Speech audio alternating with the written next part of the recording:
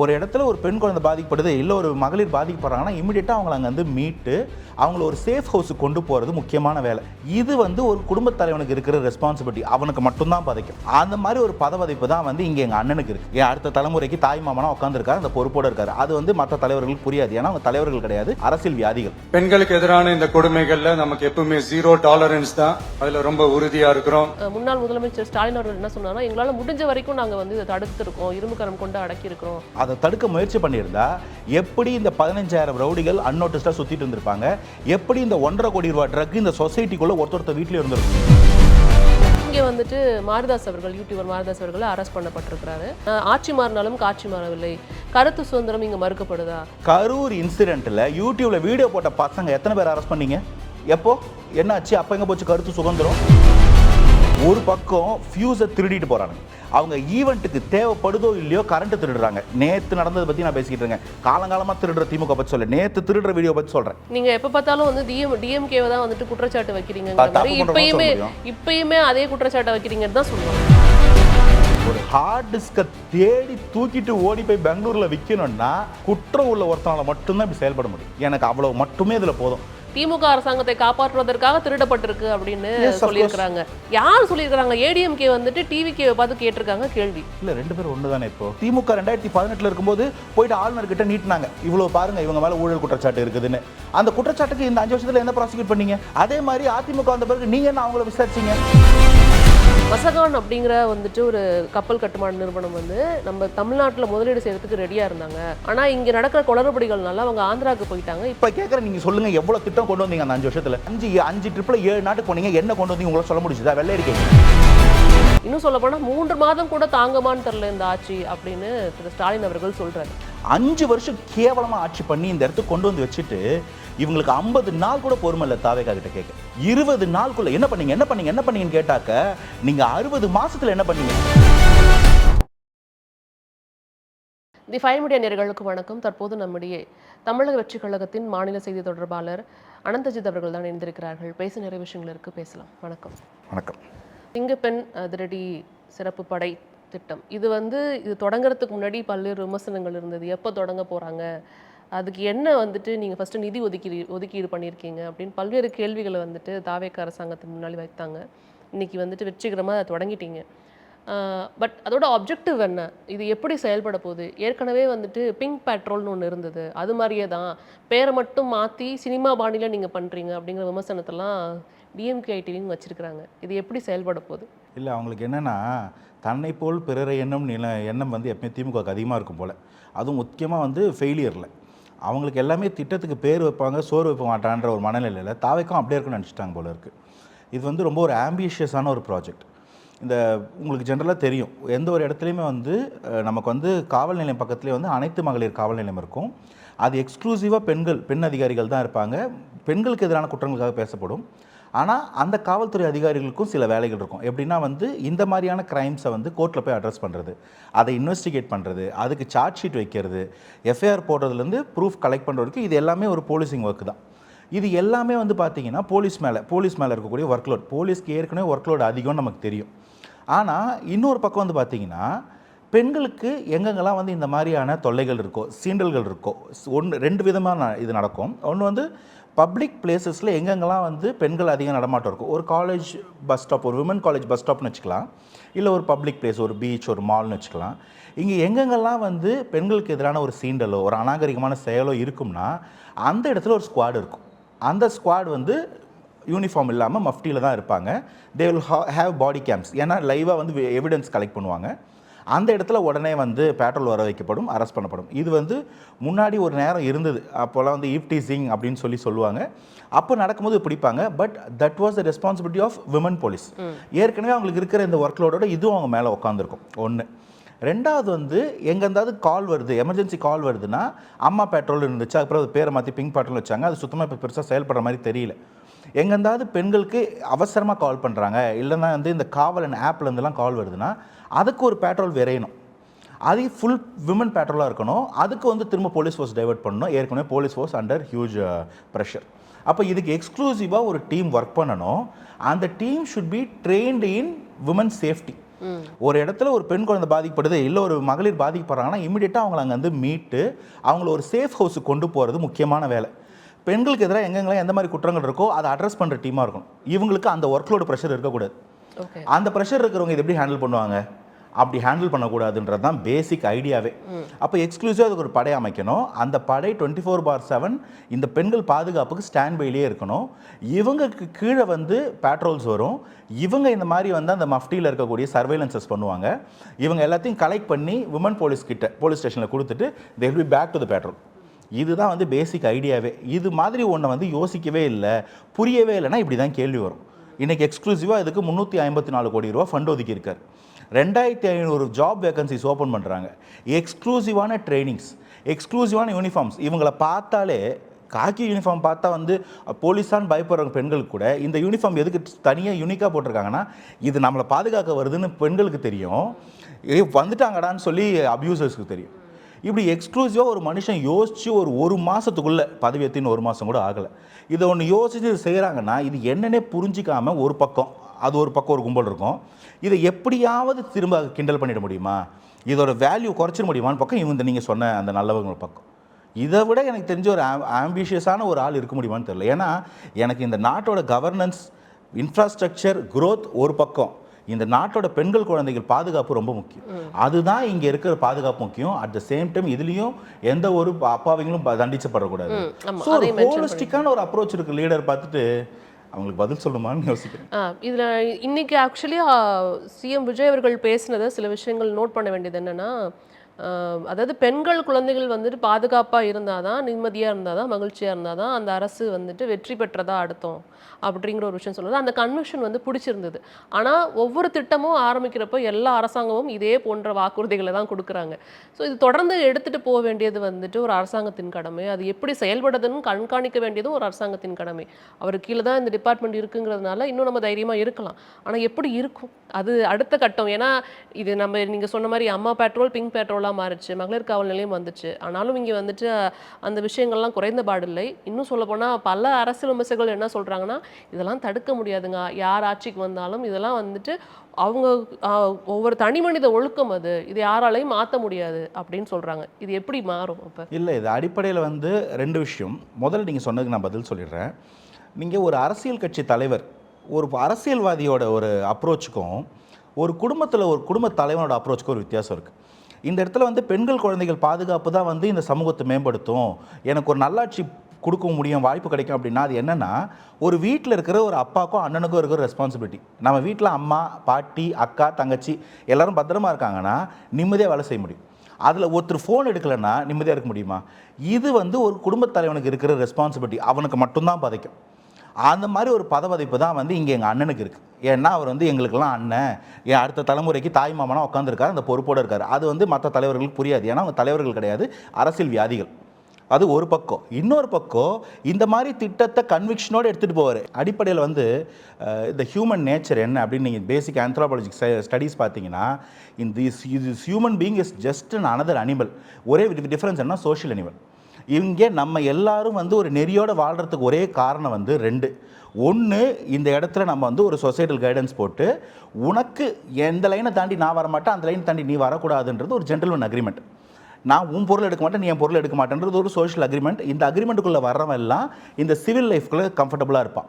ஆனால் இதை தாண்ட ட்ரெஸ்பாசஸ் இருப்பாங்க பார்த்தீங்களா, இவங்களை நீங்கள் கண்டிக்கணும், தண்டிக்கணுன்றதுக்கு தான் வந்து இங்கே சிஸ்டம் ஆஃப் லா அண்ட் ஆர்டர்னு ஒன்று கொண்டு வரப்பட்டது. இங்கே இதை தாண்டவன் இருந்துக்கிட்டே இருப்பான், எல்லா தப்பு பண்ணுறோம் பண்ணிகிட்டே இருப்பான். ஆனால் இந்த system of law and order governance என்ன சொல்லுது அப்படின்னா, அதை செஞ்சினா அவனை உன்னை தூக்கி உள்ளே போட்டுருவேன், ஒரு அளவுக்கு மேலே தாண்டி தப்பு பண்ணினாக்க உன்னை கேபிட்டல் பனிஷ்மெண்ட் வரைக்கும் கொண்டு போவேன். இதை கொண்டு வர போய் தான் இந்த ஊரில் எல்லாமே நெறியாச்சு. இங்கே மைட் இஸ் ரைட் அப்படின்னு பொலிட்டிக்கல் சயின்ஸில் ஒரு வார்த்தை சொல்லுவாங்க. வலுத்தவன் என்ன வேணால் செஞ்சுக்கலாம். என்ன வேணால் செஞ்சுக்கலாமா? என்ன வேணால் செய்ய முடியுமா? முடியாது. ஒன்று, இந்த சொசைட்டி கொடுத்துருக்கிற அந்த மரியாதை, அந்த கைட்லைன்ஸ் ஒர்க் ஆகும். அதை தாண்ட துணிகிறவனுக்கு பயம் கொடுக்கும், டெட்டரன்ஸ் கொடுக்கும் இந்த சிஸ்டம். இந்த கவர்மெண்ட்டு தான் எப்பயுமே வந்து ஹையஸ்ட் மைட்டாக இருக்கணும். எங்கெங்கெல்லாம் தப்பு நடக்குதோ அந்த இடத்த முதல்ல வந்து அண்ணன் பார்ப்பாருன்னு ஒழுக்கமாக இருக்கணும், இல்லைனா அண்ணன் அடிப்பாருன்னு பயம் இருக்கணும். இப்போ இது ஒன்று, ஏற்கனவே நம்ம சொசைட்டல் கைடன்ஸ் கரெக்டாக இருக்கிறோம். அந்த இடத்துல எதெல்லாம் ப்ராப்ளமாக இருக்குன்னா, முதல் விஷயம் ட்ரக். இந்த ட்ரக் எப்படி உள்ளே வந்தது? இந்த ட்ரக்குக்காக தான் அன்னைக்கு போலீஸில் எக்ஸ்க்ளூசிவாக டிஜிபி ஆஃபீஸ் வந்து ஒரு ப்ரெஸ் ரிலீஸ் பண்ணுறாங்க. 15,000 சொச்சம் ரவுடிகள், ரெக்கார்ட் அண்ட் நான் ரெக்கார்ட், ஹிஸ்ட்ரி அண்ட் நான் ஹிஸ்ட்ரி ரவுடிகளை பிடிச்சி விசாரிக்கிறாங்க. 3,300 பேர் ஆளை காணும். ஸோ அவங்களெல்லாம் விசாரித்து தேடி இவங்க ஏதோ தப்பு பண்ணிட்டு இருக்கிறாங்கன்னு விசாரிக்கும் போது 800 சொச்சம் பேர் மேலே ஏதோ தப்பு நடக்குது. அவங்க எல்லாரும் ஜுடிஷியல் கஸ்டடி கொண்டு போய் விசாரிக்கிறாங்க. So this rowdies goondas are on loose. இதுக்கு என்ன அர்த்தம்னா, எங்கெங்கெல்லாம் தப்பு பண்ணுறானோ போலீஸ்க்கு தெரியும், அவங்கள ரெக்கார்டில் எடுத்து வச்சுருப்பாங்க. ஆனால் அவங்கள கண்டுக்க மாட்டுறாங்க. போன ஆட்சியில் அவன் என்ன வேணால் பண்ணுவான், எங்கே வேணால் போவான். இப்போ சும்மா ஒரு எக்ஸாம்பிள் சொல்கிறேன். ஒரு ரவுடி ஹிஸ்ட்ரி ரெக்கார்டில் இருக்கிற ரவுடி, அவனை காணும்னா அவனை யார் ரெகுலராக அவனை மானிட்டர் பண்ணுறது? அவன் எங்கேயோ யாரையோ ஒருத்தர் கடத்தி வச்சுருப்பான். நீங்கள் அவனை மானிட்டர் பண்ணலாம். 15,000 பேரில் 3,000 பேர் மானிட்டரில் இல்லைன்னா அவன் கிரைம் ஆக்டிவிட்டியில் இருக்கான். உடனே தேடினா நிஜமாக 840 பேர் கிரைம் ஆக்டிவிட்டியில் இருக்காங்க. அந்த கிரைம்ஸ் தடுக்கப்படுது, அவங்களை ரிமாண்ட் பண்ணுறோம்.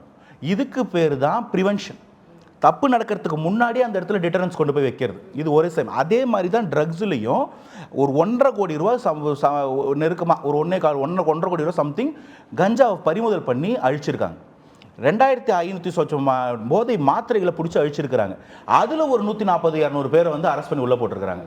இப்போ இவங்கெல்லாம் யாருன்னு பார்த்தீங்கன்னா, இந்த சொசைட்டிக்குள்ளே ட்ரக்ஸு கிடைக்குது, ரவுடிசம் நடக்குது.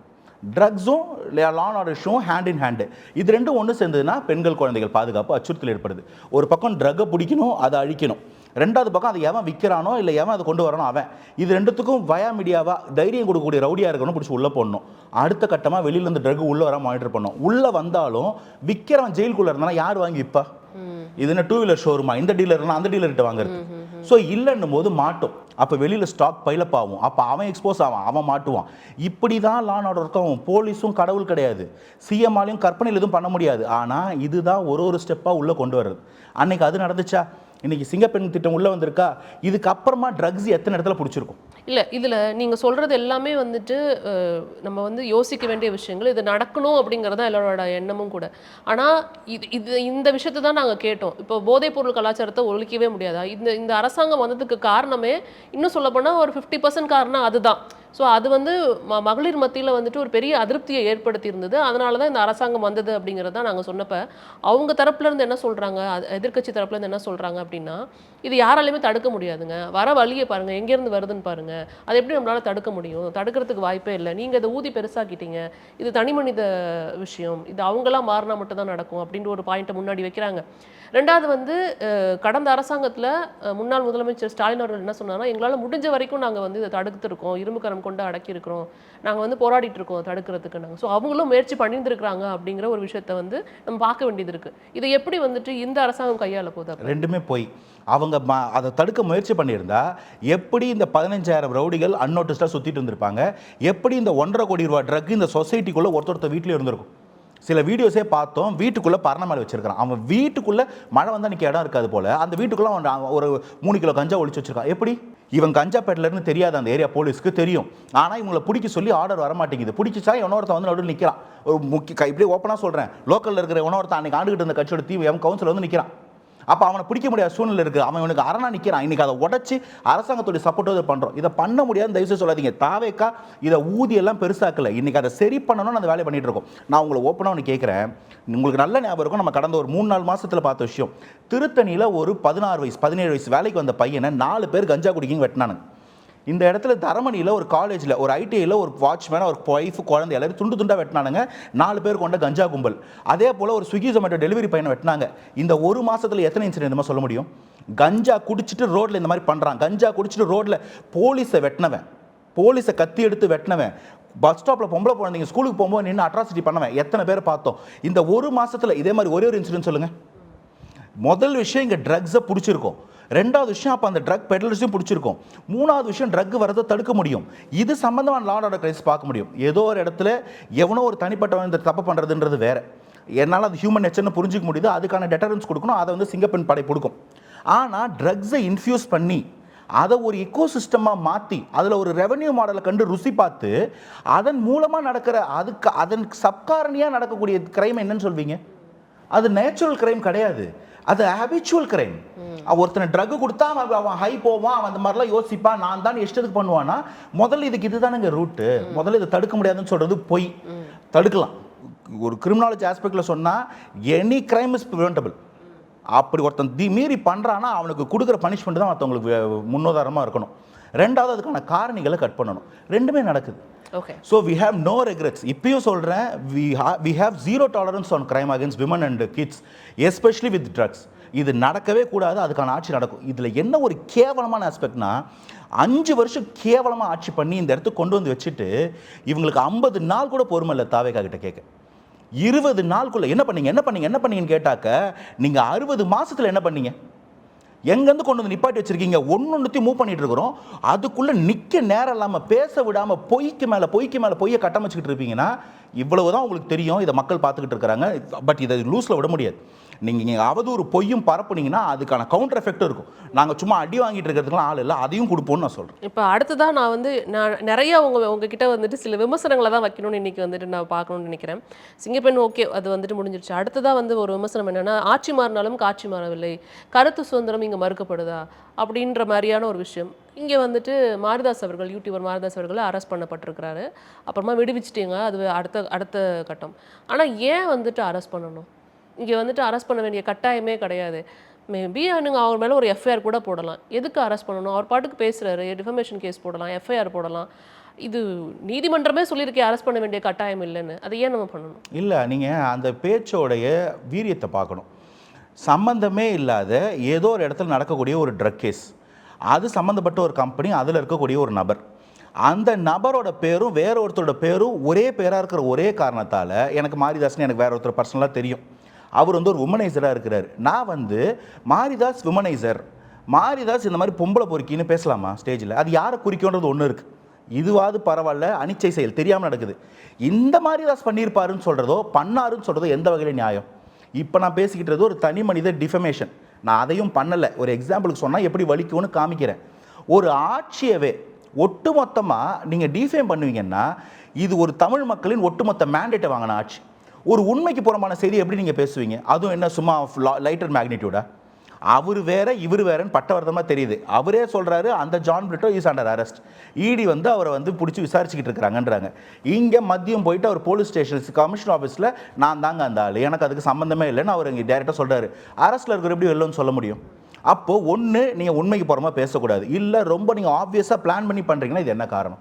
So depending upon the magnitude of crime, ஒரு கொலைனா சம்மந்தம் இல்லாத ஒரு கொசு அடிக்கிறதும் கொலை தான், ஒரு ஆல்டிங்கும் கொலை தான், ரெண்டுத்துக்கும் ஒரே மாதிரி இருக்க முடியுமா? ஸோ கருத்து சுதந்திரனாலும் அதுக்கு ஒரு நியாயம் இருக்குது. கம்ப்ளைண்ட் வந்தாக்கா அதுக்கு அரெஸ்ட் பண்ணுறதுக்கு ப்ரோட்டோகால் இருந்தால் அரெஸ்ட் பண்ணுறாங்க. நீதி விசாரணைக்கு உட்படுங்க, நீங்க போய் விசாரிங்க, அவ்வளவுதான் நான் சொல்றேன். இப்போ நீங்க ஆட்சி மீது பல்வேறு விமர்சனங்கள் வச்சிட்டு இருந்தார், அப்பெல்லாம் அரெஸ்ட் பண்ணல. இந்த விஷயத்தை பத்தி பேசும்போது மட்டும் அவர் அரெஸ்ட் பண்றாங்க. தட் மேக்னிட்யூட் ஒட்டுமொத்த தமிழ் மக்கள் மேண்டேட்டை வாங்கி ஒரு ஆட்சி நடந்துகிட்டு இருக்கும்போது, எதெல்லாம் சரி பண்ணோம் நாங்கள் சொல்லி ஓடிட்டு இருக்கும்போது, ஒரு பொய்யை ஒரு அவதூறை பரப்புனா இதுதான் நடக்கும். நான் கேட்குறேன், பொய்யை பரப்புனா இதுக்கு முன்னாடி யாரும் நீங்க அரெஸ்ட் பண்ணதே இல்லையா? நான் கேட்குறேன், அவர் சம்மந்தப்பட்ட ஒரு கட்சி ஒன்றில் அந்த கட்சியும் சொல்கிறேன், இங்கேயும் சொல்கிறேன். கரூர் இன்சிடெண்ட்டில் யூடியூப்பில் வீடியோ போட்ட பசங்க எத்தனை பேர் அரெஸ்ட் பண்ணீங்க? எப்போ என்னாச்சு? அப்போ எங்கே போச்சு கருத்து சுதந்திரம்? கருத்து பேசினவங்களுக்கும் உண்மைகளை எடுத்து வெளிவிட்ட எத்தனை பேர் அரெஸ்ட் பண்ணீங்க? அதுக்காக ஒரு லிமிட் இருக்குது. ஒரு அளவுக்கு மீறி போனால் டிட்டரன்ஸ், சட்டம் தன் கடமையை செய்யும். இது சட்டத்தின் ஆட்சி. நம்ம ஒன்றும் காட்டு தர்பார் ஆட்சி நடத்தலை, அவர் இன்லீகல் டிடென்ஷன் பண்ணலை. நியாயமாக அரெஸ்ட் பண்ணியிருக்காங்க, கோர்ட்டு சொன்னால் விடுவிக்கிறாங்க. நீங்கள் லீகலாக மூவ் பண்ணுங்கள். ஆனால் நியாயத்தினை நான் கேட்குறேன், இதுக்கு இந்த மேக்னிட்யூடுக்கு இது இவ்வளோ பண்ணுவீங்கன்னா சட்டம் தன் கடமையை செய்யும். நீங்கள் பொய்யை பரப்புனா அப்படியெல்லாம் அவதூறெல்லாம் ஏற்றுக்கிட்டுலாம் உட்காந்துருக்க மாட்டாங்க. நிச்சயமாக இது லாஸ்ட் டைம் வரப்போவே பேசியிருக்க வேண்டிய விஷயம். பட் நம்மளோட டைம் வந்துட்டு அதிகமானதுனால பேச முடியல. ஹார்டஸ்ட் திருட்டு அந்த சம்மந்தமான வழக்கு வந்து இப்போ சிபிசிஐடிக்கு மாறி இருக்கு அப்படிங்கிறத பார்க்க முடியுது. இருந்தாலும் இதில் வந்து என்ன மாதிரியான விமர்சனம் வருது அப்படின்னா, நீங்கள் வந்து அந்த சம்மந்தப்பட்ட மின்சாரத்துறையில் நடக்கிற விஷயங்களை கையாள முடியாமல் வேணும்னே இந்த விஷயத்தை வந்துட்டு திசை திருப்புவதற்காக இந்த மாதிரி ஹார்டஸ்ட் திருட்டு, ஊழல் அப்படிங்கிற விமர்சனத்தை வைக்கிறீங்க அப்படின்னு முன்னாள் அமைச்சர் செந்தில் பாலாஜி அவர்கள் பேசியிருக்கிறாரு. இதை எப்படி எடுத்துக்கலாம்? இது வந்து இப்போ ஹார்டஸ்ட் திருட்டு, ஊழல் நடந்திருக்கு அப்படிங்கிறது ஒரு பக்கம் நம்மளுக்கு தெரிஞ்ச விஷயமா தான் இருக்கு. ஆனாலும் அவர் ஒரு பக்கம் சொல்றாரு இல்லையா, இங்கே வந்து மின்தடை அதிகமாக இருக்கு அப்படிங்கிறது இங்கே வந்துட்டு கேட்கக்கூடிய கேள்வி தானே. இங்கே நிறைய பேர் அதை அனுபவிச்சுட்டு இருக்காங்கிறது பார்க்க முடியுது. அதை எப்படி ஹேண்டில் பண்ண போறீங்க? இல்லை, ஃபர்ஸ்ட் வந்து எனக்கு அவர் செந்தில் பாலாஜி சொன்னதில் ஒரு டவுட்டு. இது வந்து சிபிஐ அந்த இடி கேஸ் வந்த பிறகு டிரான்ஸ்ஃபார்மர் ஊழல் அவர் பேரில் வந்ததுக்கு அப்புறம் பேசினாரா, முன்னாடி பேசினாரா? வந்ததுக்கு அப்புறம். ஏன் இப்ப பேசுறாருன்னா, ஹார்டஸ்ட் திருட்டு நடந்ததே வந்துட்டு ஏன் ஹார்டஸ்ட் திருட்டு நடந்தது டிரான்ஸ்ஃபார்மர் ஊழல் பத்தி நாங்க பேச்சு திருடனை தேடிக்கிட்டு இருக்கோம். நடுவில் வந்து இவரே பிரஸ் மீட் கொடுக்குறேன், எனக்கு அதுக்கு மேலே பதில் சொல்லுங்க. நாங்க ஒரு ஹார்ட் டிஸ்க் திருடனை தேடுறோம், அவனை போய் பெங்களூர்ல அரெஸ்ட் பண்ணி கொண்டு வராங்க, அந்த ஹார்ட் டிஸ்கை ரெக்கவர் பண்றாங்க. இதுக்கு இவருக்கு என்ன சம்பந்தம்? இவரே பிரஸ் மீட் கொடுக்கணும்? இது எங்கள் அப்பன் குதிரைக்குள்ள இல்லைன்னு சொல்கிற மாதிரி இல்லை. ரெண்டாவது விஷயம், இந்த எலக்ட்ரிசிட்டி பவர் ப்ராப்ளத்தை நான் சொல்கிறேன், எனக்கு நல்லா தெரியுது. There are some issues at places, நான் இல்லைன்னு சொல்லலை, நான் அந்த மாதிரி ஆள் கிடையாது. ஆனால் இந்த இஷ்யூஸ் எப்படி நடக்குதுன்றதை தயவு செய்து கொஞ்சம் கூர்ந்து கவனிக்கணும். முதல் விஷயம், இங்கே நடக்கிறதெல்லாம் கொஞ்சம் ஒத்து கவனிங்களேன். ஒரு பக்கம் ஃபியூஸை திருடிட்டு போகிறானுங்க. எங்கெங்கெல்லாம் வந்து இந்த மாதிரி ஜங்ஷன் பாக்ஸஸ் இருக்கோ அங்கே ஃபியூஸை திருடுறானுங்க. எங்கெங்கெல்லாம் வந்து ஜங்ஷன் பாக்ஸஸ் இருக்கோ அங்கே டிஎம்கே காரங்க அவங்க ஈவெண்ட்டுக்கு தேவைப்படுதோ இல்லையோ கரண்ட்டு திருடுறாங்க. நேற்று நடந்ததை பற்றி நான் பேசிக்கிட்டு இருக்கேன். காலங்காலமாக திருடுற திமுக பற்றி சொல்ல, நேற்று திருடுற வீடியோ பற்றி சொல்கிறேன். இதுக்கு ஆதாரம் இருக்கா? நம்ம போற போக்குல சொல்ல முடியாது. உங்களுக்கு நான் ப்ரூஃப் கொடுத்துட்டு போகிறேன், நீங்கள் போடுங்க. அதை தாண்டி டிரான்ஸ்ஃபார்மர்ஸ் பற்றி எரியுது. 800 கிலோ பக்கமாக ஒரு இடத்துல காப்பர் ஒயரை திருடி இருக்கிறாங்க. இது எல்லாம் எப்படி நடக்குது? ஆஃபீஸர்ஸ் பர்பஸ்ஃபுல்லாக they are putting on dull. Power consumption பீக்கில் இருக்குது, கண்டிப்பாக இதை யாரும் மறுக்க முடியாது. Extreme power conditions. ஜூன் 10ஆம் தேதி கூட இந்த அளவுக்கு வெயில் அடிக்கும் நம்ம யாரும் நினச்சி கூட பார்க்கல. அந்த இடத்துல ஒரு பீக் கன்சம்ஷன் இருக்குது. ஆனால் அந்த பீக் கன்சம்ஷனுக்கு தேவையான ப்ரொக்யூர்மெண்ட் எங்கேருந்து வருது? இன்னைக்கு ஐயா அன்புமணி ஒரு ப்ரெஸ் மீட் கொடுத்துருக்காங்க. சிஎம் பார்த்துட்டு வரும்போது அவர் சொல்கிற ஒரு வார்த்தை ரொம்ப அடிப்படையான ஒரு கேள்வி.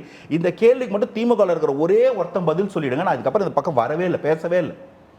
ஒரு யூனிட் கரண்ட்டு அரசாங்கத்திலேருந்து நீங்கள் கொள்முதல் பண்ணிங்கன்னா, ஒரு பவர் ஜென்ரேஷன் கவர்மெண்ட் கண்ட்ரோலில் இருந்ததுன்னா 3 ரூபாலேருந்து 3 ரூபா 50 பைசாவில் ஒரு யூனிட் கரண்ட் வாங்க முடியும். நம்ம 9 ரூபாலேருந்து 16 ரூபா வரைக்கும் கொடுத்து ப்ரைவேட்லேருந்து வாங்கிட்டு இருக்கோம். ப்ரைவேட்டில் ஜென்ரேட் பண்ணக்கூடியவங்க, அது வாட் எவர் இட் பி. இந்த டிஃப்ரென்ஸ் இவ்வளோ இருக்கும்போது ஏன் இந்த கவர்மெண்ட் செக்டாருக்கு நீங்கள் இன்வெஸ்ட் பண்ணவே இல்லை? கடந்த 5 ஆண்டுகளில் ஒரே ஒரு திட்டம் திமுக பவர் ஜென்ரேஷனுக்கு தமிழ்நாட்டுக்கு பண்ணாங்கன்னு, ஒரு மேசிவ் சோலார் கிரிட்டு, இல்லை புதுசாக வந்து விண்மில் சிஸ்டம், இல்லை கவர்மெண்ட்டுக்கிட்ட கேட்டு ஒரு கோல்ஸ் சிஸ்டம், இல்லை வந்து ஒரு நியூக்ளியர் பவர் சிஸ்டம், இல்லை ஒரு ஹைடல் சிஸ்டம், டைடல் சிஸ்டம், ஏதாவது ஒன்று வீடுகளில் சோலார் நிலக்கரியே காண போச்சு. 2.5 லட்சம் டன் நிலக்கரி காண போச்சு. காணாம போனது வேற. நான் கேட்கறதுக்கு கவர்மெண்ட்டுக்குள்ள ஏதாவது வந்திருக்கா? காணாம போகும். திமுக வந்ததுனாக்கா நிறைய காணாம போவோம். கூவத்தில் முதல்ல காணாம போவோம். சுகர் கோடவுனில் வந்து சக்கரை மூட்டை காணாம போவோம். அதை தின்ன எறும்பும் கரையனும் சேர்த்து காணாம போகும். ஃபைல் காணாம போவோம். ஹார்ட் டிஸ்க் காணாம போவோம். எல்லாம் காணாம போகும். என் கேள்வி, ஒரே ஒரு திட்டம் ஒரு பேப்பர்லையாச்சும் நாங்கள் வந்து பவர் ஜென்ரேஷனுக்கு இந்த மாதிரி ஒரு திட்டம் அறிவிச்சிருக்கோம். ஒரு திட்டம், ஒரே ஒரு திட்டம் பேப்பரில், ஆன் பேப்பர் மட்டும் சொல்லுங்கள். எப்போ பேப்பர் வச்சு தானே பேசுவீங்க? ஏன் ஒரு திட்டம் கூட போடல? ஏன்னா அரசாங்கம் இன்வெஸ்ட் பண்ணிடுச்சுன்னா 3 ரூபா 50 பைசாக்கு கிடைக்கும். ஆனால் வெளியில் 9 ரூபா 16 ரூபா கொடுத்து நம்ம கரண்ட்டை வாங்கினோம்னா கமிஷன் கிடைக்கும். அவன் ஒரு யூனிட்டுக்கு 1 ரூபா நம்ம கமிஷன் கொடுத்தா என்னாச்சு? அந்த கமிஷனுக்காக தான் இவங்க இந்த ஜென்ரேஷனுக்கு வழியே பண்ணலை. இன்றைக்கி பவர் ஜென்ரேஷனுக்கு ஒரு சஸ்டைனபிளான மாடலை கிரியேட் பண்ணுற இடத்துல தமிழ்நாடு கொண்டு வந்து வச்சிருக்காங்க. இவங்க எதையுமே பண்ணல. நான் சிம்பிளாக கேட்குறேன், உங்களுக்கு ஒரு 10 வருஷத்துக்கு முன்னாடிலாம் வந்து இந்த சோலார் சப்போர்ட் எப்படி இருக்கும் கவர்மெண்ட்லேருந்து தேடுவாங்க. ஸ்டேட் கவர்மெண்ட் என்ன பண்ணியிருக்குன்னு பாருங்கள். இந்த 5 வருஷத்தில் ஒன்றுமே பண்ணாமல் எப்படிங்க இருக்க முடியும்? எப்படிங்க ஒன்றுமே பண்ணாமல் நீ கரண்ட் பிரச்சனைன்னு சொல்கிறீங்க? ஸோ ஒரு பக்கம் ஆட்சியில் இருந்தவங்க, அவங்களுக்கு விசுவாசமாக இருக்கிற அதிகாரிகள் அரசாங்கத்தை தொல்லை பண்ணுறாங்க. இன்னொரு பக்கம் புல்லுருவிகள் கரண்ட் ஒயரை திருடுறது, டிரான்ஸ்ஃபார்மர் கட்டையர் தெரிக்கிறது, ஃபியூஸை பிடுங்கிட்டு போகிறதுன்னு எல்லாத்துக்கும் ப்ரூஃபோடு நடந்துக்கிட்டு இருக்கு. இதை தாண்டி லோக்கல் கவர்மெண்ட்டில் இருக்கக்கூடியவங்க அரசாங்கத்துக்கு எதிராக செயல்பட்டுக்கிட்டு இருக்கிறாங்க. எலெக்டட் லோக்கல் பாடி மெம்பர்ஸ் இருக்கிறாங்களா, அவனுங்க கொடுக்குற தைரியத்தில் லோக்கலில் இருக்கக்கூடிய பல கவுன்சிலர்கள், பல பேருன்னு சொல்கிறேன், எல்லாரும் சொல்ல, யார் யாரெல்லாம் முட்டு கொடுக்குறீங்களோ அவங்க, அந்த எல்லா கவுன்சிலர்ஸ் இருக்கிற பவரில் லோக்கலில் குண்டாஸை வச்சுக்கிட்டு இபியில் போய் ஆளை பேசிக்கிட்டு கரெக்ட் பண்ணிக்கிட்டு த்ரெட்டன் பண்ணிக்கிட்டு கரண்ட் கட் பண்ணிட்டு இருக்கீங்க. இதை இப்போது நாங்கள் வந்து போலீஸ் உள்ள வந்து இவங்க எதாவது பண்ணுவாங்க, மக்கள் டிஸ்டர்ப் பண்ணுவாங்கன்னு தெரிஞ்சு, ஏன்னா குளத்தூர்லேயே கொலை பண்ணணும்னு சொன்னவங்க தானே, தமிழ் சென்னை மக்கள்லாம் சாகணும்னு சொன்னவங்க தானே, பண்ணுவாங்கன்னு சொல்லி லான் ஆர்டரில் டைட்டாக வச்சுருக்கோம். எந்த இடத்துலையும் இவங்க வாழை ஒட்டம் நறுக்கிடலாம். எல்லா நேரத்துலையும் எல்லா டிரான்ஸ்ஃபார்மருக்கும் பந்தோபஸ்து போட்டு வைக்க முடியுமா? அந்த இடத்துல சில்லற வேலை பண்ணிக்கிட்டு இருக்கீங்கன்னா இது எப்படி பிடிக்கிறது? கண்ணில் பட்டவங்களாம் பிடிக்கிறோம், அரெஸ்ட் பண்ணுறோம்.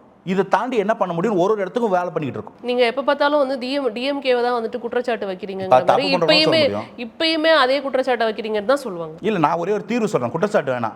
நம்ம as soon as possible இந்த லோக்கல் பாடியை வந்து டிசால்வ் பண்ணிட்டு ஃப்ரெஷ் எலெக்ஷன் கால்ஃபர் பண்ணுறோம்னா சரியாயிடும். ஏன்னா அது ஒன்று தான் பிரச்சனையாக இருக்கீங்க. ஏன்னா மேலே தலைமை மாறியாச்சு, அதிகாரிகளுக்கு ஒரு பயம் வந்துச்சு. புது தலைவரை பார்த்து இந்த கிராஸ் ரூட் லெவலில், இந்த கிராஸ் ரூட் டெமோக்ரஸின்னு சொல்கிறோம் இல்லை, இவங்க வந்து இவங்க கொடுக்குற தைரியத்தில் தான் எல்லாம் நடந்துகிட்டு இருக்கு. ஒரு லோக்கல் லெவலையும் யார் யார் இருக்கிறான்னு நம்ம எல்லாருக்கும் தெரியும், பார்த்துக்கிட்டு இருக்க எல்லாருக்கும். அதை டிசால்வ் பண்ணிடுவோமா?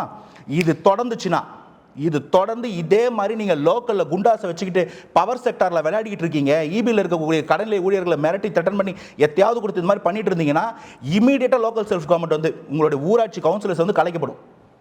அதுக்கப்புறம் நீங்க யாரை வச்சு பண்ணுவீங்க? இதை எக்ஸ்போஸ் பண்றதுக்கு தேடிட்டு இருக்கோம். இதை நடைமுறைப்படுத்துமா தாவேக அரசு? கண்டிப்பா நடக்கும். நாங்க தேடிட்டு இருக்கோம். ஒரே ஒருத்தர் கையங்களும் மாட்டோம். அன்னைக்கு இருக்கு பாருங்க, நடந்துகிட்டு இருக்கு. நான் சொல்றேன், இது மக்களுக்கு தெரியும். ஆனால் இதை எப்படி அட்ரஸ் பண்ணுறதுன்னு தெரியல. ஏன்னா அதான் சொல்கிறேன், அங்கே வந்து அதை அடிச்சுட்டு ஓடிடுறாங்க, இங்கே வந்து இதை அடிச்சுட்டு ஓடிடுறாங்க, குழந்தை கிள்ளிட்டு ஓடுறாங்க. இது எப்படிங்க ஒரு கவர்மெண்ட்டால் லா அண்ட் ஆர்டர் செட் பண்ண முடியும்? பெரிய பெரிய பிரச்சனை ஹேண்டில் பண்ண முடியும், அதுக்கான ரூட் காசை சரி பண்ண முடியும். சில்லற செட்டிங்கில் எப்படி பண்ண முடியும்?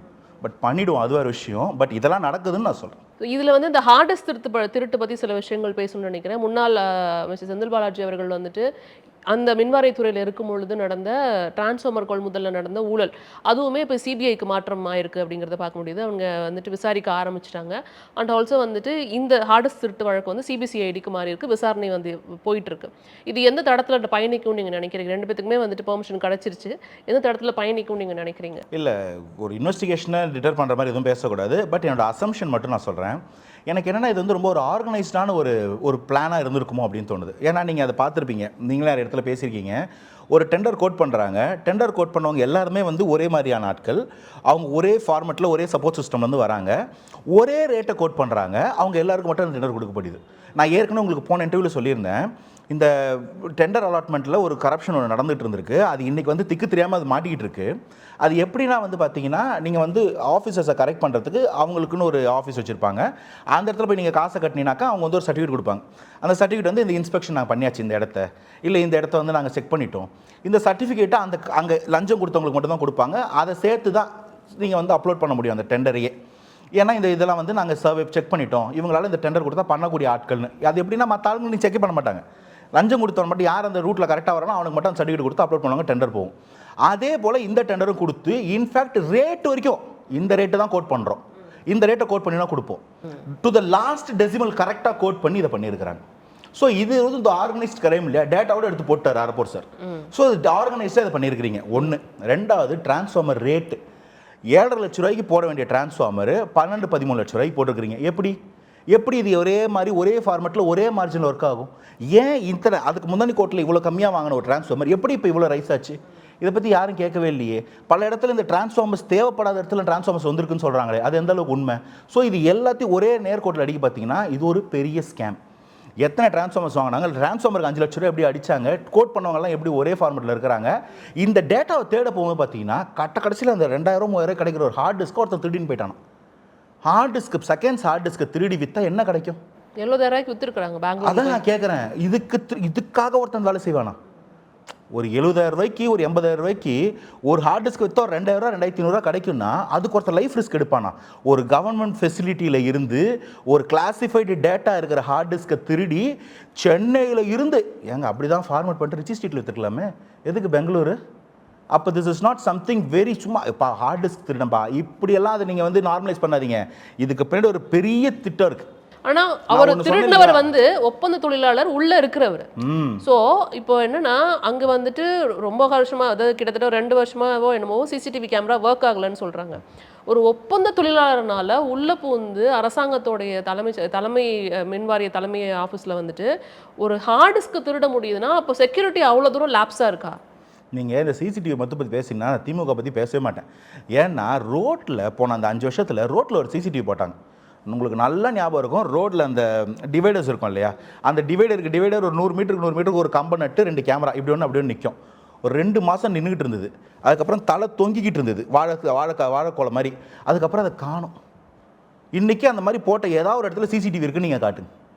அதில் ஒரு ஊழல் தேடணும், இவங்க பண்ணதை தேடி கண்டுபிடிக்கணும். அதுபோல் எங்கேயும் சிசிடிவி ஒர்க் ஆகுது. திமுக ஆட்சி இருந்தால் சிசிடிவிலாம் ஒர்க் ஆகாது, ஒரு பக்கம் வச்சுருங்க. ரெண்டாவது, நான் சொன்னேன் இல்லைங்களா, இந்த லோக்கலில் இருக்கிற கவுன்சிலர்ஸ் அந்த பக்கம் இருக்கிற இபியில் ஒர்க் பண்ணுற கீழ்நிலை ஊழியர்களை மிரட்டி த்ரெட்டன் பண்ணியெல்லாம் கொண்டு வராங்கன்னு. இதுக்கெல்லாம் உடந்தையாக இருந்தது இந்த மாதிரி நாட்கள் திமுகவுக்கு உடந்தையாக இருக்கக்கூடிய அதிகாரிகள். அதில் பல பேர் வந்து இந்த மாதிரி ஒப்பந்தம் உரியது. ஏன்னா ஒப்பந்தம் போட்டதே இவராக தான் இருக்கும். இவரே ஒருத்தனை கூட்டு வந்து ரெக்ரூட் பண்ணி உள்ளே உட்கார வச்சா இவருக்கு வேலை செய்யணும் என்ன செய்வார்? உங்களுக்கு புரியுது இல்லையா? So simple, so obvious. இவரே ஒருத்தர் கொண்டு வந்து உட்கார வைக்கிறது வேலைக்கு, அவர் டிவிடி திருட்டாரு, ஹார்ட் டிஸ்க் திருட்டார், வேற என்ன செய்வார்? அவர் அதான் செய்வார், அதுக்கு தான் செய்வார்.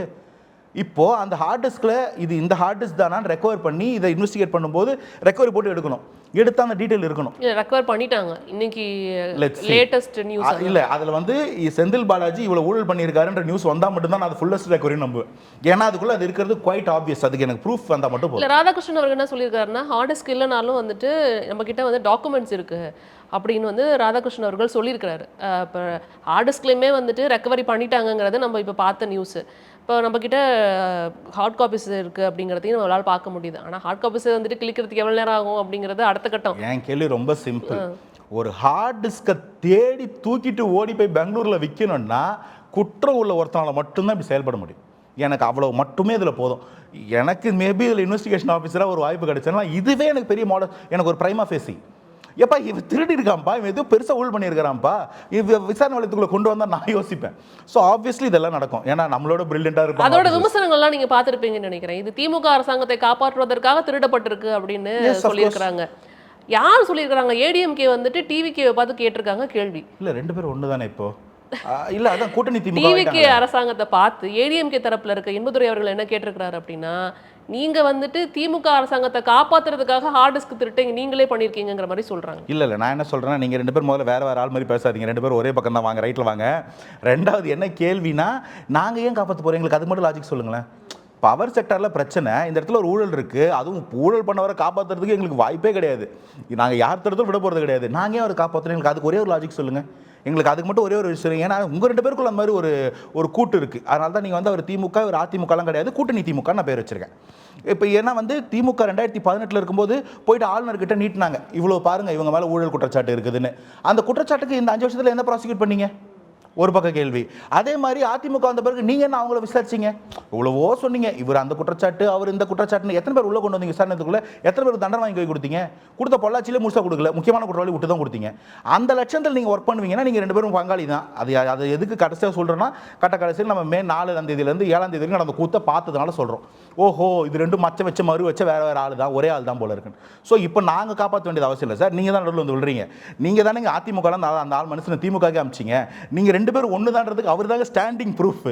நாங்கள் எதுக்குங்க அதை ப்ரூவ் பண்ணோம்? ஸோ நாங்கள் தண்டனையை ப்ரூவ் பண்ணி அவங்க உள்ள தள்ளும்போது தெரியும் நாங்கள் திமுக காப்பாற்றுறோமா இல்லை சட்ட ஒழுங்கை காப்பாற்றுறோமான்னு சொல்கிறோம். ஸோ அதாவது வந்து இப்போ அடுத்த கட்டமாக என்னன்னா, நீங்கள் புதுசாக இந்த முதலீட்டையும் கொண்டு வர வேணாம், இருக்கிற முதலீட்டையாவது காப்பாற்றிக்கோங்க அப்படின்னு பல்வேறு விமர்சனங்கள் வருது. அதை குறிப்பாக யார் சொல்லியிருக்கிறார் அப்படின்னா, அதிமுகவோட பொதுச் செயலர் இபிஎஸ் அவர்கள் சொல்லியிருக்கிறாரு. மேலும் டிஎம்கே தரப்புலேருந்து என்ன சொல்லியிருக்கிறாங்க அப்படின்னா, மசகான் அப்படிங்கிற வந்துட்டு ஒரு கப்பல் கட்டுமான நிறுவனம் வந்து நம்ம தமிழ்நாட்டில் முதலீடு செய்கிறதுக்கு ரெடியாக இருந்தாங்க. ஆனால் இங்கே நடக்கிற குளறுபடிகள்னால அவங்க ஆந்திராவுக்கு போயிட்டாங்க. இப்போ ஆந்திராவில் போய் 29,000 கோடி வந்துட்டு அங்கே முதலீடு பண்ண தயாராக இருக்கிறாங்க. இது தாவேகா அரசாங்கத்துக்கு மேலே வந்து அவங்க வைக்கிற குற்றச்சாட்டு. இதுக்கு என்ன பதில்? இல்லை இது ரொம்ப உண்மை. என்ன பிரச்சனைனா, இது இப்போ நடக்கல, ஒரு வருஷத்துக்கு முன்னாடி நடந்துச்சு. போன வருஷம் செப்டம்பர் மாதம் போல் இந்த மாதிரி அந்த தூத்துக்குடியில் அந்த டாக் பில்டிங்காக டெண்டர் கோட் பண்ணணுன்றது ஒரு பேச்சுவார்த்தை வந்திருக்கு.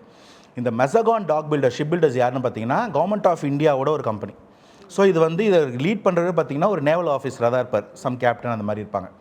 அந்த மாதிரி ஒரு கம்பெனி வந்து இங்கே வராங்க. ஆனால் இவங்க வந்து இதுக்காக ஒரு எஸ்பிவி அந்த ஸ்பெஷல் பர்பஸ் வெஹிக்கிளே லான்ச் பண்ணாமல், இதுக்கு ப்ராப்பராக டெண்டர் பிட்டிங் எல்லாம் கொடுக்காம டைரெக்டாக ஒரு தனியார் வெளிநாட்டு நிறுவனத்துக்கு தூக்கி கொடுத்துட்டாங்க. தூக்கி கொடுத்துட்டு இதை கோட்டே போன டெண்டரே ஓப்பன் பண்ணாமல் இதை முடிச்சுட்டாங்க.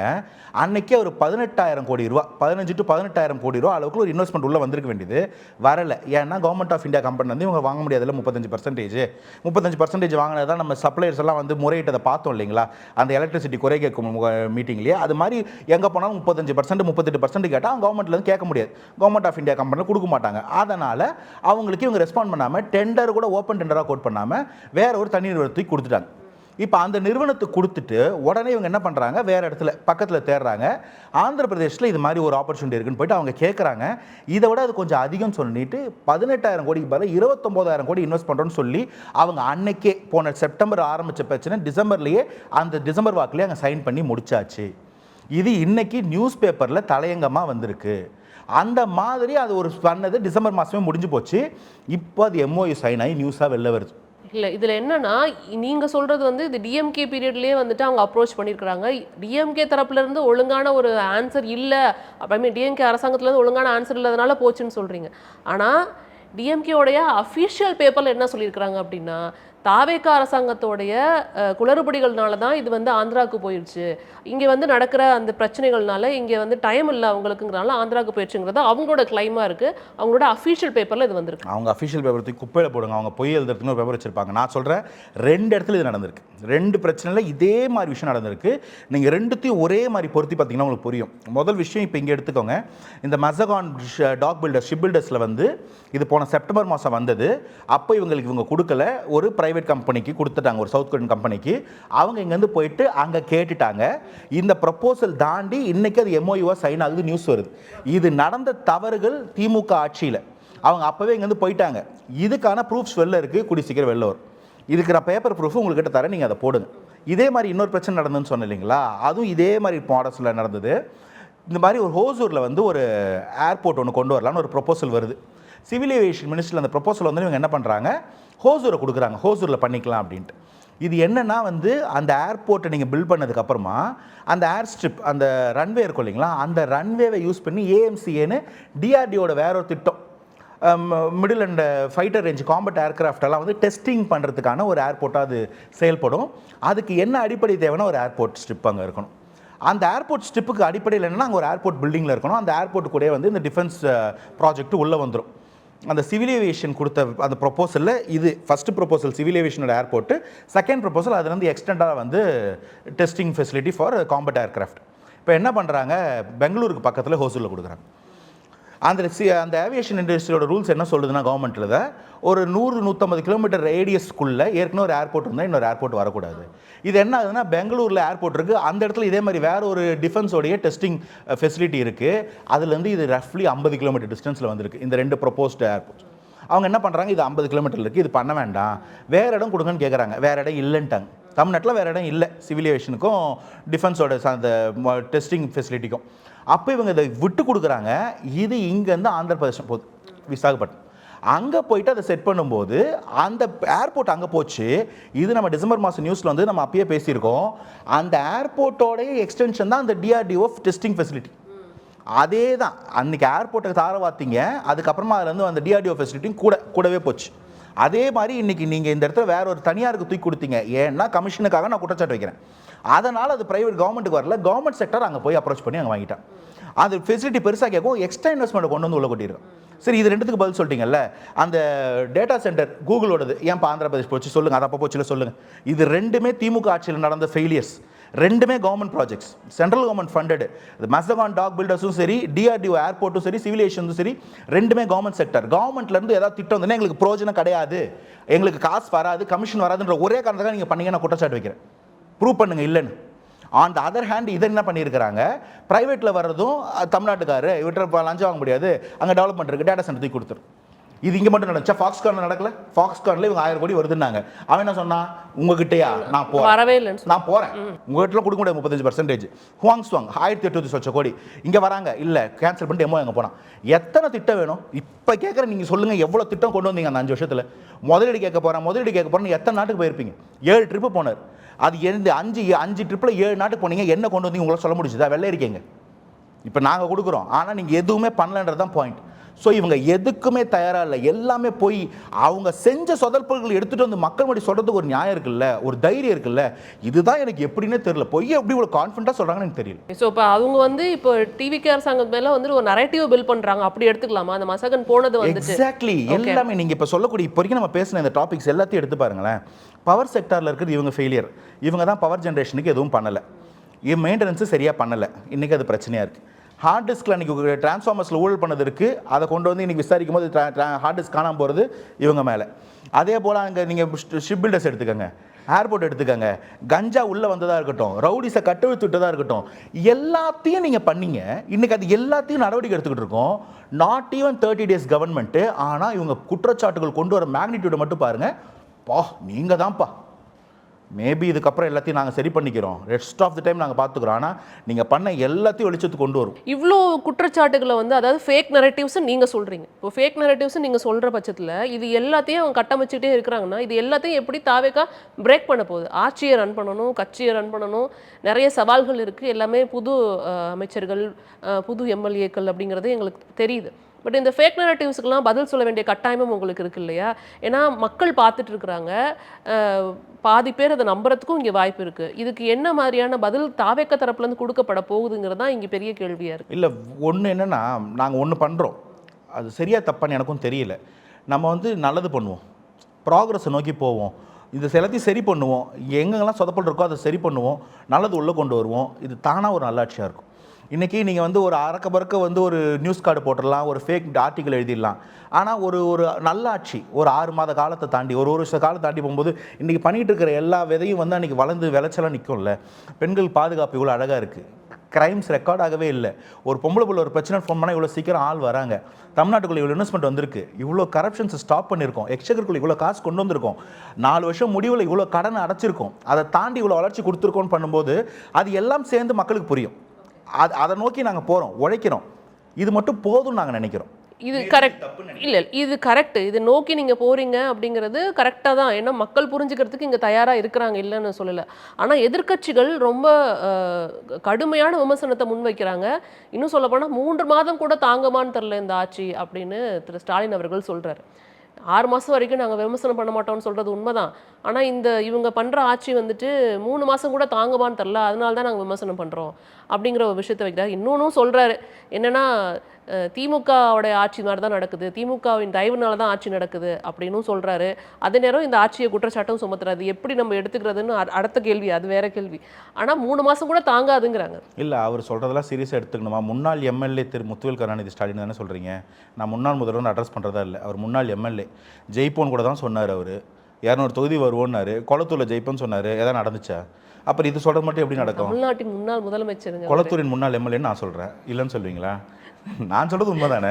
அவர் குளத்தூரின் முன்னாள் எம்எல்ஏ, ஆட்சியில் ஜெயிப்போன்னாரு, 200 வெல்வோன்னாரு, சொன்னது நடந்துச்சா? அவர் சொல்கிறதுக்கு அவருக்கு எல்லா உரிமையும் இருக்குது. நான் கிளியராக சொல்கிறேனே, நாங்கள் ஒரு ப்ராக்ரஸ் நோக்கி போகிறோம். இது மாதிரி விஷயங்களில் பெருசாக நாங்கள் இவங்க கத்திட்டு போவாங்க, மக்களுக்கு அதோட உண்மை நிலை தெரியும் புரிஞ்சுக்கிட்டு நாங்கள் நோக்கி போகிறோம். என் கேள்வி என்னென்னா, 6 months down the line, 1 year down the line, 4 years down the லைனில் இது ஒவ்வொன்றுத்தையும் நம்ம மானிட்டர் பண்ணி சொல்லும்போது இன்றைக்கி இருந்த நிலைமையும் மாறப்போகிற நிலைமையும் மக்கள் கண்டிப்பாக தெரியும். அவங்க தான் பாஸ், அவங்களுக்கு எல்லாம் தெரியும். அதை மீறி இவங்களுக்கு பதில் சொல்லணும், அதுக்கும் ஆள் இருக்குது. அந்த வேலையை சீரியஸாக பண்ணாலும் பண்ணலாம். ஆனால் என்னென்னா, நாங்கள் உங்களுக்கு எதிராக ஃபேக் நெரேட்டிவ் செட் பண்ணல. இங்கே நடந்த பிரச்சனையும் வழியும் உங்களுக்கு சொன்னோம். நீங்கள் இல்லாத வழியையும் அப்போ உங்கள் ஆட்சியில் நடந்த பொய்யையும் கொண்டு வந்து நீங்கள் சொல்வீங்கன்னா, ஓகே டர்ட்டி பாலிடிக்ஸ் பண்ணுறீங்க, ஓகே நான் வி ஆர் வாட்சிங், அதுக்கும் பதில் சொல்கிறதுக்கு ஆள் இருக்குது, பார்ப்போம், உண்மையை எடுத்து சொல்லுவோம். பதில்னா நாங்கள் ஃபேக் நெட் செட் பண்ணல, உண்மையை விலைக்கு சொல்லுவோம்னு சொல்லுவோம். இப்போ அது கே.நேரு அவர்களுடைய அந்த கேஸில் வந்துட்டு அருண் அவர்கள் வந்து சைன் பண்ணிட்டார், அதை பார்க்க முடியுது, நம்ம இல்லைன்னு சொல்லலை. அதுக்கப்புறம் வந்துட்டு செந்தில் பாலாஜி அவர்களோட கேஸை வந்து இப்போ விசாரணைக்கு எடுத்துக்கொள்கிறதுக்கான அந்த ஒப்புதலும் ஆளுநர் தரப்புலேருந்து வந்துருச்சுன்னா அளிக்கப்படுங்கிறது பார்க்கப்படுது. அதிமுக தரப்பில் வந்துட்டு ஏதாவது குற்றச்சாட்டுகள் இருந்தால் அதை எப்படி நீங்கள் கையாளுவீங்க? ஏன்னா வந்துட்டு தாவேக்காவை புது அதிமுகன்னு சொல்லிட்டு இருக்கிறாங்க எல்லாரும். அங்கேருந்து நிறைய பேர் இங்கே வந்து சேர்றதுக்கு வந்து எல்லாமே ரெடியாக இருக்கிறாங்க அப்படிங்கிறத பார்க்க முடியுது. அப்படிங்கிற பட்சத்தில் அதிமுகவையும் இதே மாதிரி கையாளுவீங்களா? நீங்கள் ப்ரிசைஸாக அஇஅதிமுகன்னு கேட்கறதுனால ஒரு விஷயம் சொல்கிறேன். இப்போ ரீசெண்டாக வந்து இந்த நாமக்கல் மாவட்டத்தில் இருக்கக்கூடிய பள்ளிப்பாளையம், குமாரபாளையம்ன்ற இடங்களில் இந்த சாயப்பட்டறைகள் ரொம்ப பெரிய மெனாஸ். அது நமக்கு எப்பயுமே தெரியும், எப்பயுமே இந்த மாதிரி விஷயங்கள் வரும். ஆனால் அதுக்கு எந்த தீர்வும் என்றைக்குமே எடுத்துக்கவே மாட்டாங்க. இதை வந்து ப்ரிசைஸாக போன வாரத்தில் வந்து 2 அமைச்சர்கள், பால்வளத்துறை அமைச்சர் அக்கா விஜயலட்சுமியும் வந்து, அப்புறம் என்வரான்மெண்டல் மினிஸ்டர் சுற்றுச்சூழல் அமைச்சர் அண்ணன் ராஜுவும் போயிட்டு செக் பண்ணுறாங்க. பல சாயப்பட்டறைகளுக்கு பெர்மிஷனே இல்லை, பெர்மிட்டே இல்லாமல் ரன் பண்ணிகிட்டு இருக்கிறாங்க. அவங்க சொல்லும்போது நான் பார்த்தேன், உள்ளே போக முடியல வித் ப்ராப்பர் ப்ரிகாஷன்ஸ். அந்த மாஸ்கெல்லாம் போட்டுட்டு உள்ளே போகிற நிற்க கூட முடியல, அவ்வளோ நெடியாக இருக்குது. என்னன்னு விசாரித்தா அது அங்கே வந்து அந்த எஃப்ளூவெண்ட் ட்ரீட்மெண்ட் பிளான்ட் ஒன்று இருக்கணும், அப்படி ஒரு ட்ரீட்மெண்ட் பிளான்ட்டே இல்லைங்க. அந்த சாயப்பட்டறைகள் நடக்கிறதுக்கு அங்கே பெர்மிஷனே இல்லை. இது யாரா பண்ணுறான்னு பார்த்தா அங்கே முன்னாள் அமைச்சர் கோல்டு பெல் பேர் வருது. அவர்கிட்ட சொல்கிறாங்க, ஐயா இது கோல்டு பெல், இது விட்டுருங்க ஐயா, கோல்டு பெல். யாருப்பா கோல்டு பெல்லு? அவர் தங்கமணி. அப்போ முதல்ல இடி. 5 சாயப்பட்டறைகள் அன்னைக்கே இடிக்கப்பட்டிருக்கு. பர்மிட் இருந்தும் விதிகள் மீறின 2 சாயப்பட்டறைகள் உடனே பவர் கட் பண்ணப்பட்டிருக்கு. அந்த மொத்த மாவட்டமும் சர்வேலன்ஸில் இருக்குது. எங்கேயாவது இந்த மாதிரி நீங்கள் சாயப்பட்டறைகள் போன்ற கழிவுகள் கொண்டு வந்து நீங்கள் எஃப்ளூவன்ஸை வந்து கொண்டு வந்தீங்க, சுற்றுச்சூழல் பாதிப்பீங்கன்னா உடனே நடவடிக்கை எடுக்கப்படுன்றதுக்கு இதுக்கு முன்னாடி என்னைக்காவது நியூஸில் ஒரு சாயப்பட்டறை இடிக்கப்பட்டதுன்னு கேள்விப்பட்டிருக்கோமா? அங்கே பர்மிட் இல்லாமல் 5 சாயப்பட்டறை அன்றைக்கி நைட்டு வரைக்கும் உட்காந்து இடித்து கடைசி செங்கல் வரைக்கும் இடித்ததை பார்த்துட்டு கிளம்பி இருக்கிறாங்க. ஸோ இது போல் எங்கெங்கே என்னென்ன பண்ண முடியுமோ, ஒரு சுற்றுச்சூழலுக்கு என்ன பண்ண முடியும், ஒரு அமைச்சர் இவ்வளோ பாதிப்பு பார்க்குறாரு, இவ்வளோ ரெட்ராஸ்பெக்டிவாக எடுத்தது ஒர்க் பண்ணுறாங்க, தேடுறாங்க. இது நீங்கள் எந்த டாக்குமெண்ட்லையும் பார்க்க முடியாது. ஏன்னா பர்மிட் இருந்தால் தான் டாக்குமெண்ட்டில் பேர் இருக்கும், பர்மிட்டு கிடையாது. களத்தில் இறங்கி ஒவ்வொரு சாயப்பட்டறைக்கும் போகிறது, பர்மிட் இருக்கான்னு பார்க்கறது, பர்மிட் இருந்தால் நீங்கள் ப்ராப்பரான எஃப்ளூவன்ட் டிஸ்சார்ஜ் பண்ணுறீங்களா, ட்ரீட்மெண்ட் பண்ணுறீங்களான்னு பார்க்கறது, இல்லைனா ஓனர் கூப்பிடுறது. இவங்களுக்கு நடுவில் நான் ஏற்கனவே சொன்ன அந்த கரப்டட் ஆஃபீஸர்ஸ் ஒரு பெரிய பேரிகேடாக நிற்கிறாங்க, சீன பெருஞ்சோர் மாதிரி. இவங்க எல்லார்கிட்ட தான் அந்த டேட்டாவை ப்ரொக்யூர் பண்ணி ஒரு நாளில் இவ்வளோ ஸ்டெப் எடுக்க முடியும்னா இது முதல்ல தாவிகாவின் சாதனை. ரெண்டாவது, எங்களுக்கு பாரபட்சம் திமுக அதிமுக கிடையாது. யார் தான் இருந்தாலும் தப்பு பண்ணாக்க இடிக்க தான் படும், அப்படி வேணால் வச்சு. ஓகே, நானும் வந்துட்டு சில விஷயங்களுக்கு வந்து ஒரு பாராட்டுகளையும் தெரிவிச்சுக்கணும்னு நினைக்கிறேன் இந்த இடத்துல. ஏன்னா தொடர்ந்து நாங்களும் விமர்சனமாக வச்சுட்டு இருக்கிறோம். 50 ஆண்டுகள் வந்துட்டு பேருந்தே வராத ஒரு இடத்துல வந்துட்டு பேருந்து வந்திருக்கு அப்படிங்கிறத பார்க்க முடியுது. அது மட்டும் இல்லாமல் கோவையில் ஒரு பகுதியில் ஒடுக்கப்பட்ட மக்களுக்காக அந்த பஸ் வந்து இயங்காமல் இருந்தது. சமூக நீதி அமைச்சர் வந்து அங்கே போய் அந்த அந்த அந்த பஸ்ஸை வந்துட்டு துவக்கி வச்சிருக்காருங்கிறத பார்க்க முடியுது.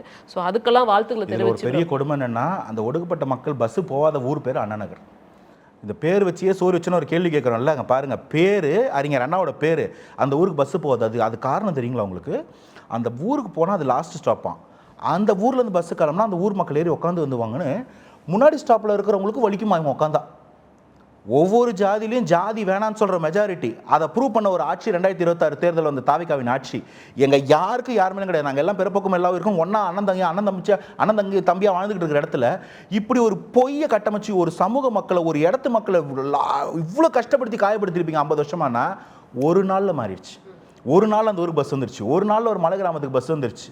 அந்த மக்கள் அந்த பஸ்ஸை சாமி மாதிரி கொண்டாடுறாங்க. எவ்வளோ பின்தங்க வச்சுருக்கீங்க. இதில் தமிழ்நாடு தலைக்குன்னு எதுனாலும் சொன்னார், அதையும் நம்புறீங்க நீங்கள்? குளத்துல தோக்க மாட்டேன்னு சொன்னார் அவர். இல்லை, அதுலேயுமே வந்து ஒரு விமர்சனம் வச்சாங்க, நாங்கள் ஆல்ரெடி ரோடு போட்டோங்க, பஸ் நீங்கள் வந்து இப்போ தான் விட்டுறீங்க அப்படின்னு. சூப்பர் போடுவீங்க. நான் அதான் சொல்கிற பாரு, ரோடு போடுறது லாரி விட்டுறதுக்கா? இவங்க விட்டுருக்க மாட்டாங்க. இப்பயும் சொல்கிறேன், இவங்க விட்டுருக்க மாட்டாங்க. இவங்களுக்கு வந்து ஒரு ஜாதிய மனம் எல்லாரையும் வந்து ஒரு சேர. இல்ல, அந்த மலை கிராமத்துல சொல்றேன், மலை கிராமத்துல வந்துட்டு நாங்க ரோடு போட்டு வச்சிருந்தோம் பஸ் விடுறதுக்காக. இல்ல, ரோடு போட்டதுக்கு பஸ் விடுறதுக்கு எவ்வளவு நேரம் போகுது? ரோடு போட்டு அடுத்த காலைல பஸ் போலாம். 50 வருஷமா பஸ் வரல. அது இல்ல, என் கேள்வி, ரோடு போட்டு அடுத்த காலைல பஸ் போலாம்ல? ரோட போட்டு முடிச்சுட்டு அதே ஆள் வந்து டயர் டியூப் எல்லாம் ரெடி பண்ணி ஒரு பஸ் செஞ்சு எடுத்து ஓட்டிட்டு போகணுமா? அவரே ரோடு விடுறதுக்கு ஒரு போடுறதுக்கு ஒரு ஆள் இருந்தால் அதனால காலையில் டிரைவர் பஸ் ஓட்டு போகிறாரு. அந்த டிரைவரையும் கண்டக்டரையுமே சாமி மாதிரி கும்பிட்றாங்க எங்கள் ஆளுங்க. அந்த அளவுக்கு நீங்கள் வச்சிருக்கீங்க. இவங்க விட்டுருக்க மாட்டாங்க. நான் சொல்கிறேன், அவங்க ரோடு போட்டாலும் சரி, ரன்வே போட்டாலும் சரி, அங்கே பஸ் வந்திருக்கு. இவங்களுக்கு வந்து இந்த வன்மம் 50 வருஷம் ஆயிருக்கு. ஒரு ரோடு போகிறதுக்கு ஒரு பஸ் வரதுக்கு இந்த 5 வருஷத்தில் பண்ணிட முடியாதா? ஸோ இவங்க அதான் சொன்ன மோசமான வாய் உள்ளவர்கள். என்ன வேணால் பேசுவாங்க. இவங்களை தயவுசெய்து நம்ம புறந்தடுறது பெஸ்ட்டு. மக்களுக்கு நான் தான் சொல்கிறேன், அவங்க ஃபேக் நரேட்டிவ் கட்டிக்கிட்டே இருப்பாங்க. எல்லாத்துக்கும் எல்லா இடத்துல பதில் சொல்ல முடியுமான்னு தெரியல. அதனால சில நேரத்தில் நீங்களே புறம் தள்ளிட்டீங்கன்னா நல்லாயிருக்கும். நிச்சயமாக. ஸோ அடுக்கடுக்கான விமர்சனங்கள் வந்துக்கிட்டே தான் இருக்கும். நீங்கள் வந்துட்டு மக்களோட பணியை நீங்கள் பார்த்துட்டு இருக்கீங்க நம்புறேன். நான் லாஸ்ட் டைம் சொன்ன மாதிரி தான் இப்பயும் சொல்கிறேன், இன்னும் மக்கள் நம்பிக்கையை வச்சிருக்கிறாங்க. அதை காப்பாற்றுறதுக்காக தாவேக்கா ஓடிக்கொண்டிருக்குன்னு நம்புகிறோம். வில்சி பார்க்கலாம் அடுத்தடுத்த நகர்வுகள் எப்படி இருக்குன்னு. கண்டிப்பாக ஒரு இடத்துலையும் உங்களை டிசப்பாயின்ட் பண்ண மாட்டோம். ஒவ்வொரு நாளும் ஒவ்வொரு நிமிஷமும் அதுக்காக அது பெட்டர்மெண்ட் ஆஃப் தமிழ்நாடு, தமிழ் மக்களை நோக்கி ஓடிக்கிட்டு இருக்கோம். கண்டிப்பாக நீங்கள் ரிக்ரெட் பண்ண மாட்டீங்க. நல்லாட்சி வந்து நடந்துகிட்டு இருக்கு. நீங்கள் ஒவ்வொரு பேராமீட்டர்லையும் அது வளரும்போது பார்ப்பீங்க. கான்ஃபிடென்ட்டாக இருங்க, நல்லதே நடக்கும். வாழ்த்துக்கள்.